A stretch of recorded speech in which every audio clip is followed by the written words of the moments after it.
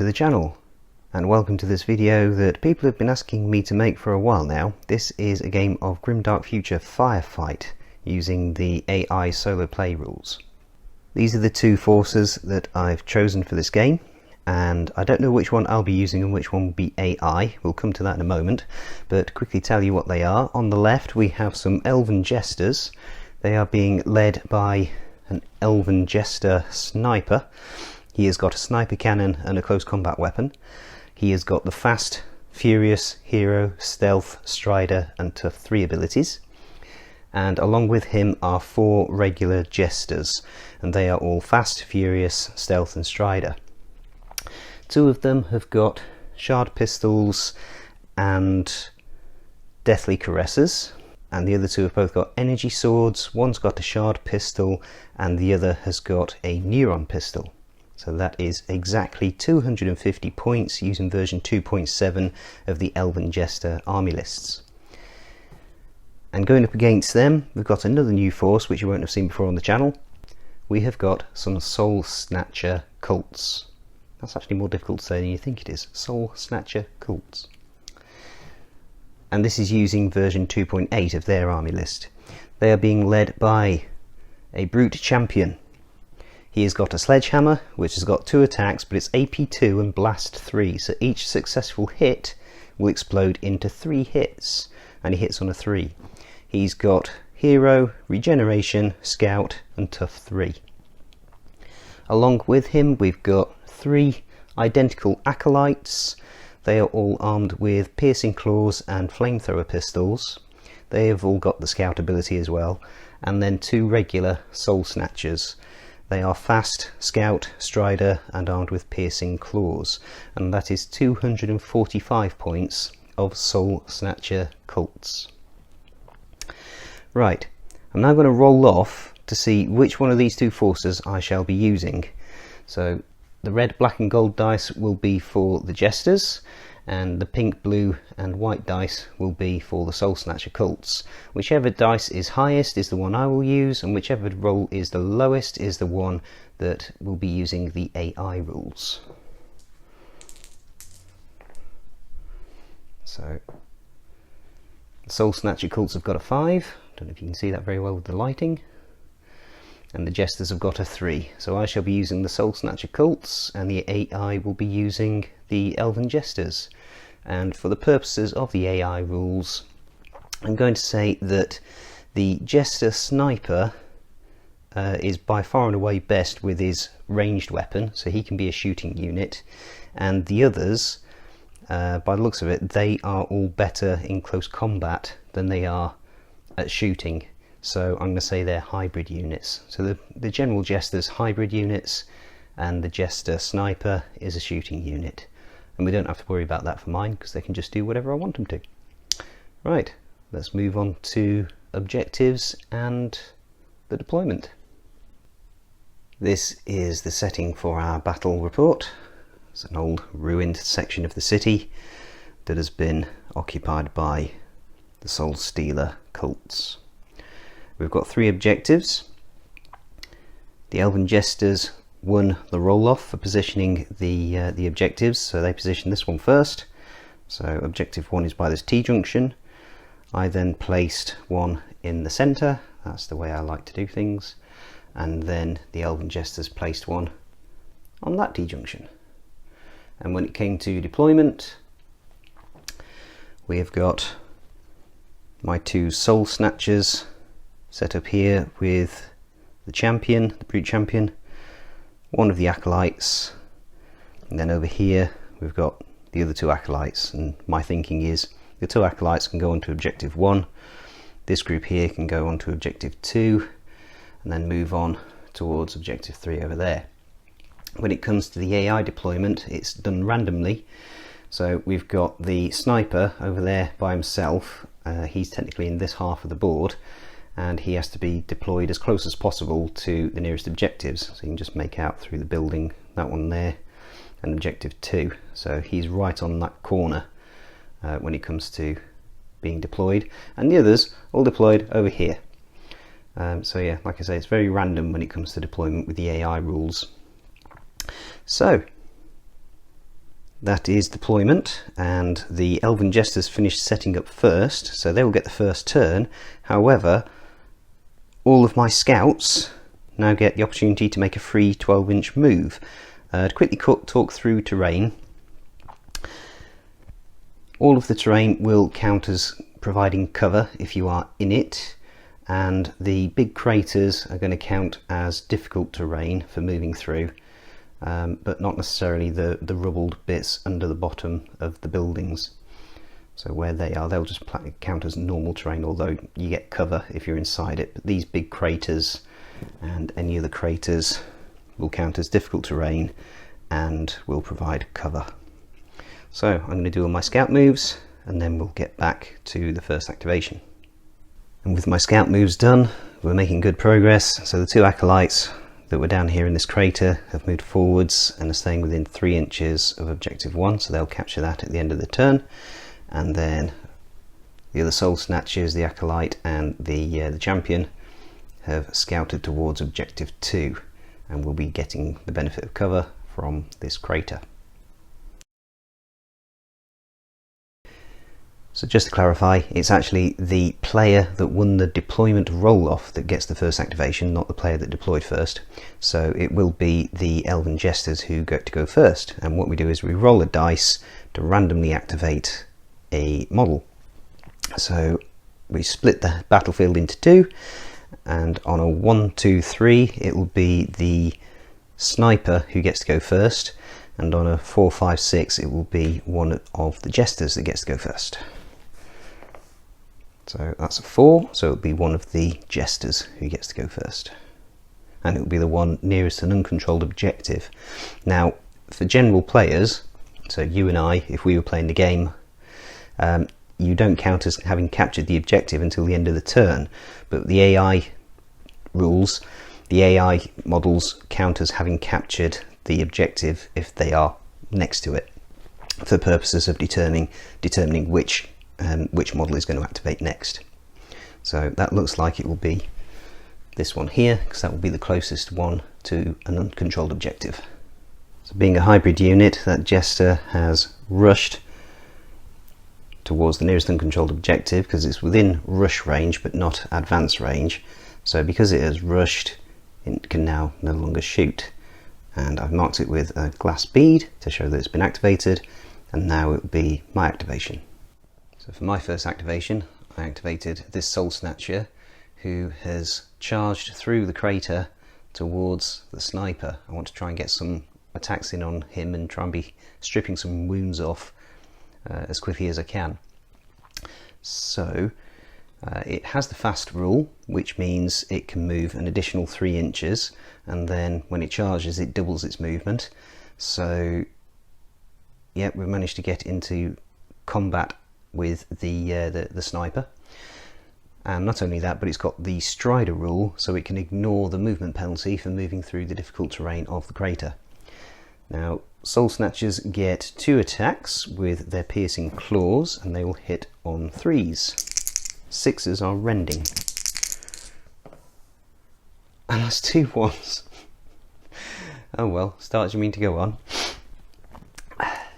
So the sniper now gets a chance to attack back. He gets 4 attacks hitting on 3s. And he didn't do much better, he only hit once. 6s are nothing special. So I now get to save on a 4 plus defense value for a Soul Snatcher. And that's another 1. What are the chances of rolling 3 1s in a row? So that Soul Snatcher takes a wound. So we place a wound marker next to it. And now we need to roll a dice. Now this is where I do want to roll a 1. So what happens is we roll a dice and we add the number of wound markers, so in this case 1, to the result. That's a 3. 3 plus 1 is 4. So that would be a stunned result. To be fair, it was always going to be stunned because you can't get a result of 1. So we lie it on its side to show that it's stunned. And this model is stunned until the end of its next activation. Play it on its side to show this. Stunned models fail morale tests automatically and must stay idle. If a stunned model takes any hits from shooting or is charged again, then it is knocked out. So now we move on to the Elven Jesters' next activation, which is... that would be the Sniper. Okay, before we do that, there's pushing, which is in the special movement rules of the core rules. So, whenever a model rolls a stunned result, the attacker may try to push it away. Roll 1 die, and on a 4+, the attacker may move the model by up to 2 inches in any direction. So, that's a 5. So the Sniper can move that stunned Soul-Snatcher up to 2 inches. And I think it makes sense to move it directly away. The Soul-Snatcher's been moved. It's now down to the Sniper. He is a shooting unit, and we'll quickly go through the decision tree for the shooting unit. Are there any objectives not under the AI's control? Yes. So we'll go to step 2. If you advance, will enemies be in shooting range? Yes. In which case we advance towards the objective and shoot if possible. Now, this objective down here is classed as being under the control of this Jester, even though it only moved into within 3 inches of it this turn. And of course the other 3 Jesters are still down here on this objective. So the Sniper will be moving over towards objective 1.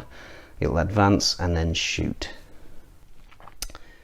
We have some rules conundrums. So the Sniper has advanced towards objective 1 and he will now shoot. Now this is where we've got some conundrums, because the rules for AI say that he should target the nearest enemy unit, which is that Soul-Snatcher. It's about 12 inches away. However, the AI rules also say that if the unit is in cover, it will target a unit that is not in cover for preference. So that would be one of these acolytes. However, he is also a sniper. He has the sniper ability with his gun. And ordinarily for a sniper, that means he will always hit on 2 and ignores cover. And the AI rules say he will target heroes first.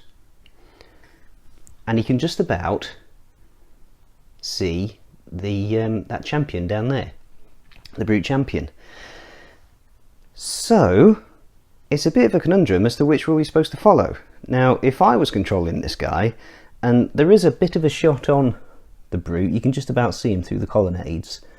So he would be in cover, but he's a sniper, so he ignores cover. So I think we follow the rule of do what makes sense, and if I was controlling this chap, I would be shooting at the brute, knowing that I ignore cover. So I think that's what we're going to do. We're going to shoot at the brute champion, because he is a hero, and yeah, we want to take him out.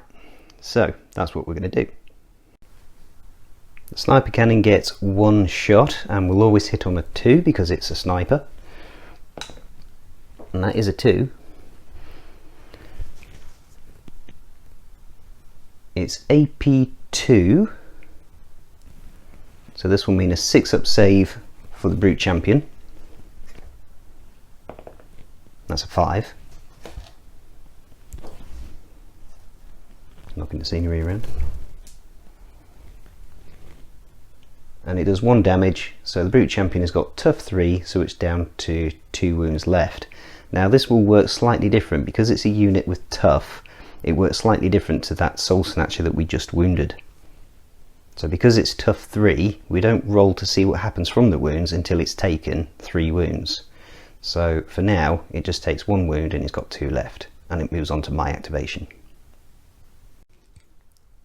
Okay, for my activation, I've activated that acolyte, and he has advanced to within 3 inches of objective 2 and is going to shoot at that Jester with his hand flamethrower pistol.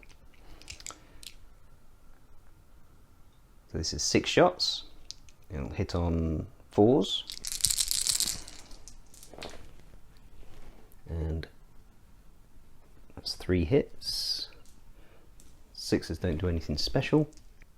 Tell a lie, it'll hit on 5s because all of the Jesters have got the stealth ability, which means they're -1 to shoot at, but they're still 3 hits because it's 2 5s and a 6.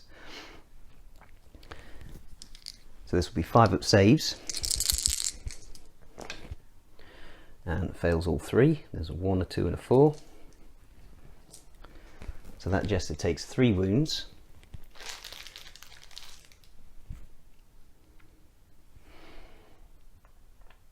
And we roll the dice and add 3 to it because that's how many wounds it's taken. And that's a 6. 6 plus 3 is 9, which means it's knocked out. That Jester is dead. On to the Jester's next turn. So that will be a 1, 2, 3. So there's nothing that has not activated in this half of the battlefield, so we move clockwise onto the next section, so it will be one of the other Jesters, because the Jester Sniper is the only model in this sector, just down here, and he is already activated. So yeah, I don't even know why I rolled that. It was always going to be one of those Jesters. Right, let's activate one of the Jesters. So this Jester has activated and has charged the Acolyte that just flamed its friend. The reason it's charged is because Objective 2 was then classed as no longer being under the Jester's control, and it can charge past it because even though that Acolyte is not in the path of its movement, it's still classed as being in the way. So the Jester gets 2 attacks with its energy sword, hitting on 3s. Both hit and both are 6s, so that is rending. So rending is classed as AP4 and ignores any regeneration rules. So the Acolyte doesn't have regeneration, but it's still going to be saving on natural 6s, and it's only got a 5 of defense anyway. So I'm going to need 6s to save. Well, there's 1 6, because a natural 6 is always a save, and a 1. So it takes 1 wound. And we'll roll the dice, add 1, and 6 add 1 is 7, so it's knocked out. So yeah, that Jester getting some revenge for its friend that was just incinerated by that Acolyte. Onto my activation, I'm going to activate my other Soul-Snatcher and try and charge the Sniper. Soul-Snatcher's charged in, and he gets 2 attacks with its piercing claws, hitting on 3s. Both hit. Neither of them was a 6, so there's no rending, but the Jester gets 5 up saves. Both fail, so it takes 2 wounds. And now it can fight back. Gets 4 attacks with its close combat weapon, but it has already fought in close combat in this turn, so it's only going to hit on natural 6s. And there's 1 6. 6s don't do anything special other than allowing it to hit. So this will be 1 save of a 4 up, and that's a 2. So that fails. So that Soul-Snatcher is also wounded. And we'll roll the dice, add 1. And that's a 4, so it was stunned. So both of my Soul-Snatchers have both been stunned by the Jester. Next activation for the Jesters will be another one of the Jesters down near Objective 1. Now Objective 2 is currently being classed as being captured by that Jester that just killed an Acolyte, so the others will head down in this direction towards the Sniper en route to Objective 1 up there. Right, so this Jester has activated, and to quickly talk you through the decision tree for this. Number 1, are there any objectives not under the AI's control? Yes, there are. Objective 1 up there. Go to step 2. Are there any enemies in the way? Yes, there are. There's a couple of Soul-Snatchers that are currently stunned. So if yes, charge the enemy if possible. So they've charged it, and because it's been charged and it's been stunned, it is automatically knocked out. So that Soul-Snatcher has been knocked out. Right, for my activation, I've activated the Brute Champion, and he has charged that Jester near Objective 2. And having chosen to activate him, I've just realised he's got the regeneration rule, which means that 1 wound he's got, he would have ignored it on a 5 or a 6. So let's roll the dice and see if he ignores it. And that's a 6. So yes, he ignores that 1 wound he's taken. So he shouldn't have had it in the first place. So he is charged in. He gets 2 attacks, hitting on 3s. And that's 1 hit. And with his sledgehammer being blast 3, that is effectively 3 hits. And they are AP 2. The Jester has got a 5-up save, so he's going to be saving these on natural 6s. And all 3 of those fail, so it takes 3 wounds. We roll a dice, add 3 to it. And that's a 3. 3 and 3 is 6, so that's another Jester knocked out. So that evened things up a bit. The Jesters have lost 2 Jesters, and I have lost a Soul-Snatcher and an Acolyte, and my other Soul-Snatcher is currently lying on the floor prone. And I've got 2 Acolytes that are still in full health, and my Brute Champion is still in full health. So over onto the Jesters, they've got 1 Jester that is yet to activate, and looking at the way things are positioned, it will charge my Brute Champion. Okay, so the other Jester did indeed charge onto the Brute Champion. He's going to get 2 attacks with an energy sword, hitting on 3s. And that's 2 hits, both of which are 6s. 6s are bad, 6s are rending. So this means I was saving on unmodified 6s, and any wounds I can't regenerate because they're rending. Okay, so I save 1 and I take 1.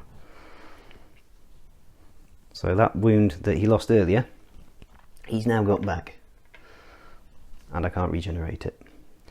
But I do get a chance to hit this Jester back now, but because I've already fought in combat, I will only be hitting on unmodified 6s. So 2 attacks, hitting on 6s, and that's 2 3s, which doesn't count as a single 6, unfortunately. Right, so that Jester will now move back an inch. And again, all of the Jesters have got Strider, so they ignore the difficult terrain for the purposes of moving. The only units that don't are mine. That's the Brute Champion, he hasn't got Strider, and the Acolytes don't have Strider, but everything else does. Right, everything else for the Jesters has now activated, so that just leaves my 2 Acolytes down near objective 1. Right, to finish off turn 1, I did think very hard about keeping one of the Acolytes down here on objective 1, but I decided to move them both off because, yes, I won't count as having captured it at the end of the turn, so the Jesters will technically be winning by 1 because they count as having captured objective 3. Objective 2 in the middle is contested, but yeah, my thought being that they were the 2 Acolytes were kind of stuck out in the open. They couldn't move far enough to do any damage to the Jester Sniper because the nearest one, which is now next to him over there, he's about 13.5 inches away. So he moves 6, his Flamethrower Pistol is 6 inches, so he can't quite get close enough to do any damage, either by moving and shooting or by charging. So yeah, he has headed up that way on the off chance that he might get close enough and get a good enough chance to do something next turn. And the other one has sneakily gone up here, and that's just a standard advance move and is hiding behind those pillars. So that will be the end of turn 1, and as we go into turn 2, the Jesters will get the first activation because they finished activating first. So I'll tidy away the activation markers, and then we'll move into turn 2.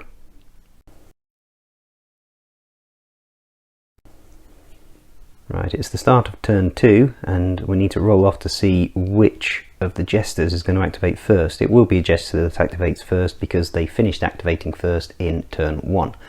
So, on a 1, 2, 3, it will be this one down here, because these 2 are considered to be in the same half of the table, this half. This one over here is considered to be in this half of the table. And of these 2, this one is closest to an uncontrolled objective, i.e. objective 2 over there, which is contested by the Brute Champion. So on a 1, 2, 3, this one. On a 4, 5, 6, this one. And that's a 1. So it will be this chap. I say chap, some of them are female. Chapette. Yep, that was a female. Right, so that Jester is charged in, and if it looks like it's defying gravity, that's because there's a counterweight in the base, just to make sure they don't fall over.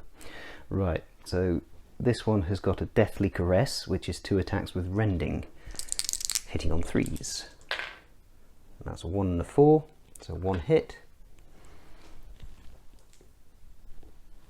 None of them were Rending, there's no AP, so this is just going to be a 4-up save for the Brute Champion. And that's a 6. So he saves that. He'll get a chance to hit back with his Sledgehammer. 2 attacks, hitting on 3s. That's a 1 and a 3, so 1 hits, and I'm knocking the scenery around. But that explodes into 3 hits because the Sledgehammer is blast 3.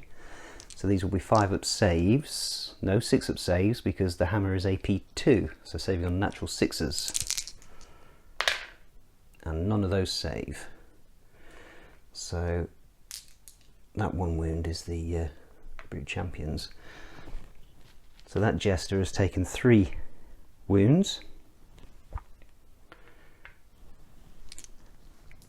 We roll the dice and add 3 to it. That's a 6. Nudging the scenery again. So that's another dead Jester.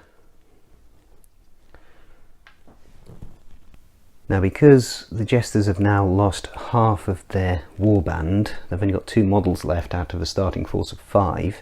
At the end of the round, they will have to take a morale test for each model on the battlefield. So we don't do that now, it's at the end of the battlefield. So that's one of the differences between Firefight and standard Grimdark Future. You don't take morale tests straight away, they're at the end of the battlefield, end of the battle round. So moving on to my activation, and I don't know whether to try and take out that Jester near my Brute Champion or simply go for the sniper. I think I'm best off going for the sniper. Yeah, let's go for the sniper. Right, interesting conundrum. Do I flame him with 6 shots hitting on 5s because the sniper has got the stealth ability, or do I charge him and only have 2 attacks hitting on 4s? I think this is a case of victory goes to he who rolls the most dice. So we'll go for the Flamethrower Pistol. Because let's face it, how often are you going to be in range with a 6-inch weapon? So 6 dice hitting on 5s. And that's only 1 hit. Okay.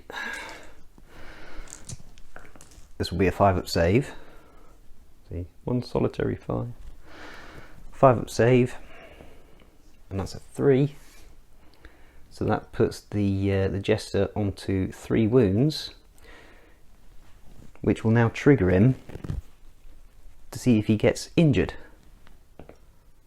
And worse than injured, he's knocked out. 6 plus 3.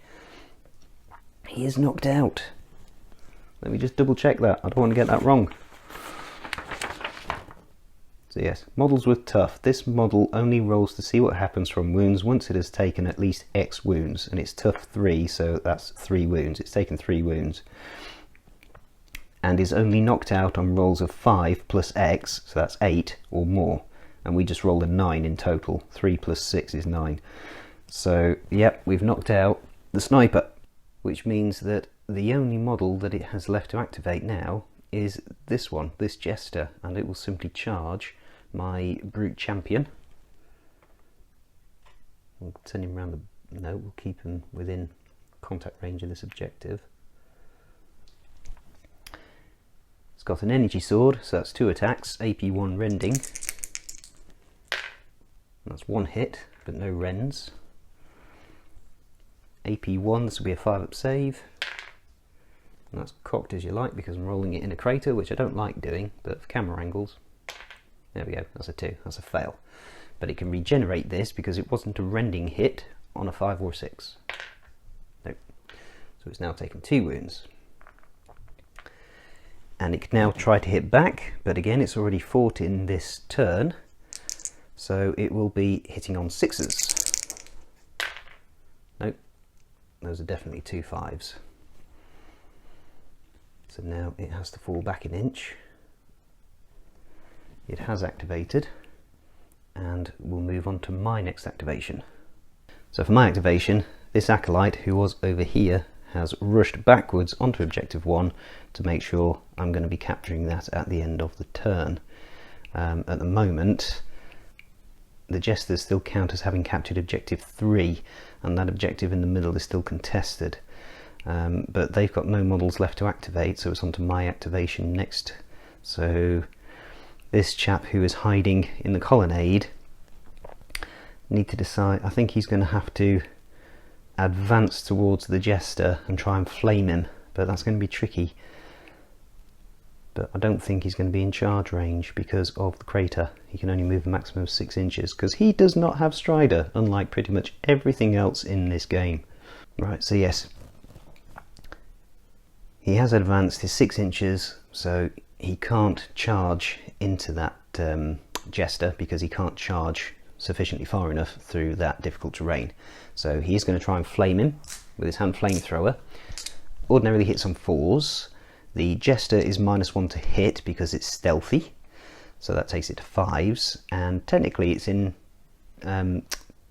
difficult terrain, it's in cover terrain. I did say you get the benefit of cover if you were in it, so that's another -1 to hit, so we'll be hitting on 6s.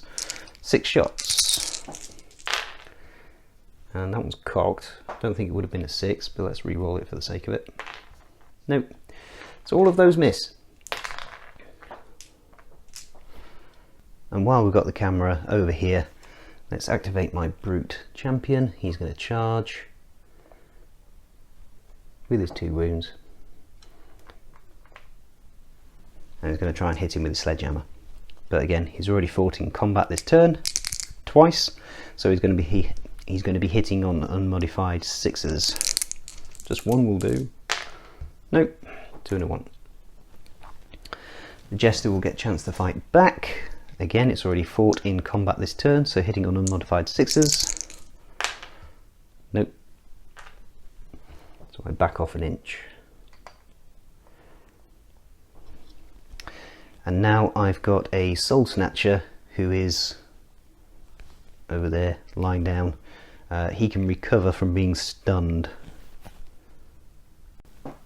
So that Soul-Snatcher simply stands up at the end of his activation. And that is the end of turn 2. So that was significantly shorter than turn 1. So again, the Jesters finished activating first, so they will activate first in the next turn if this Jester, this one remaining Jester, passes a morale test. So it's a simple quality test of 3 up. And that's a 3. So it passes the morale test, we go on to turn 3.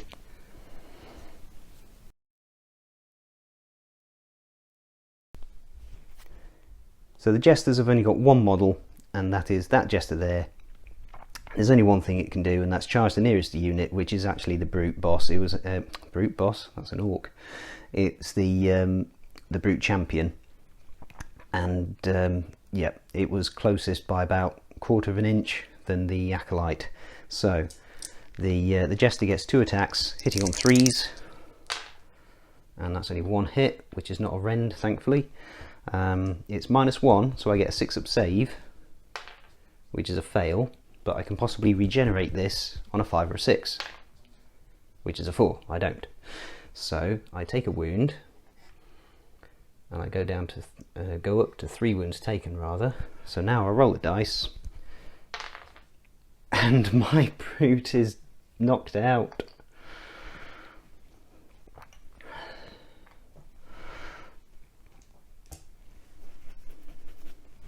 Right, okay, so my Brute Champion has been knocked out.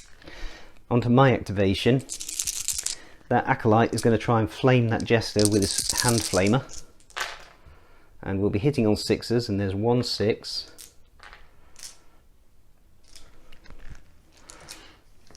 So this will be a 5-up save, which is a fail. So that Jester takes 1 wound. Does he get knocked out? No, it's just stunned, which does mean that it can't be holding that objective as it's now stunned. So that means I am holding that objective at the end, or I will be at the end of the turn. No more Jesters to activate. Right, so I'm going to leave my other Acolyte, who is down here on objective 1. He's going to stay there. I'll activate the Soul-Snatcher, who is the other side of that building, and he's going to go over towards objective 3, up that way. Correction. I was going to move it onto objective 3, and it could have got there. But I then realised it could charge that Jester. And by charging it, it's already stunned, so it automatically gets knocked out. So that is the Jesters tabled, leaving me in control of 2 objectives at the end of turn 3, which means there's nothing that the Jesters can do to prevent me from winning. That said, at the end of the turn, I've now also lost half of my force. I've lost, let's have a look, 1, 2, 3 models out of 6. Yeah, down to half of my starting units. So we need to take morale tests, which means there is still a chance that the Jesters could potentially, no, they can, well, they're in control of 1 at the moment. So let's start with the Soul-Snatcher. He needs a quality of 3 up. He passes. So we're holding that objective, and we're still holding objective 1, because we already count as holding that one. So yeah, in that case, there's no point in rolling the remaining morale tests, because we're holding 2 objectives. The Jesters are holding 1 objective, and there's nothing they can do to get me off any other objectives. If you want me to roll the other ones just to see if anybody else runs away, we can do. This Acolyte, oops, 6, he stays put. And the other Acolyte down on objective 1, he also stays put. So yeah, that is a win for the Soul-Snatcher Cults. And with that, the Soul-Snatcher Cult reclaims its possession of this desolated area of city. Right, now that was fun, I enjoyed that. So yeah, I was a little bit rusty. It's basically the same as the Age of Fantasy skirmish game, which is a lot of fun. I really enjoy playing that, which is odd because I've only ever done 2 videos of it. This is my first Grimdark Future Firefight video. But yeah, I hope that gives you an overview of how the game plays. There were a couple of mistakes, but yeah, hopefully I caught them. Yeah, so yeah, give this one a go. It was certainly closer than some of the games of Grimdark Future that I've played. And thank you to who it was, I forget who it was now, who made that suggestion about come up with the armies and then randomly choose which one you were, because to be honest I would have preferred to have been the Jesters, but never mind. Yeah, that was a lot of fun. Give it a go, it's not complicated. Yeah, the rules are free. Yeah, give it a go. Until next time, please continue to like, comment and subscribe. God bless and stay safe.